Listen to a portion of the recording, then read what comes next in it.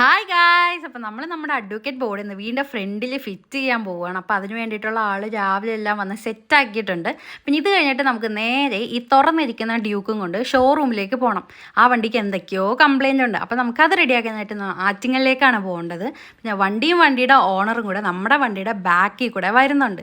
ദാ വരുന്നതാണ് ഓണർ, അക്ഷയ് അനിയനാട്ടോ. അങ്ങനെ നമ്മൾ നേരെ KTM ഷോറൂമിൽ വന്നിട്ടുണ്ട്. വണ്ടിയുടെ കാര്യങ്ങളെല്ലാം പറഞ്ഞിട്ടുണ്ട്. ഇതാണ് വണ്ടിയുടെ ഓണർ. അങ്ങനെ വണ്ടിയുടെ കാര്യങ്ങളെല്ലാം പറഞ്ഞ് സെറ്റാക്കിയതിന് ശേഷം നമ്മൾ മേളിലുള്ള പുതിയ വണ്ടികളുടെ കളക്ഷനൊക്കെ ഒന്ന് പോയി കണ്ടായിരുന്നു കേട്ടോ.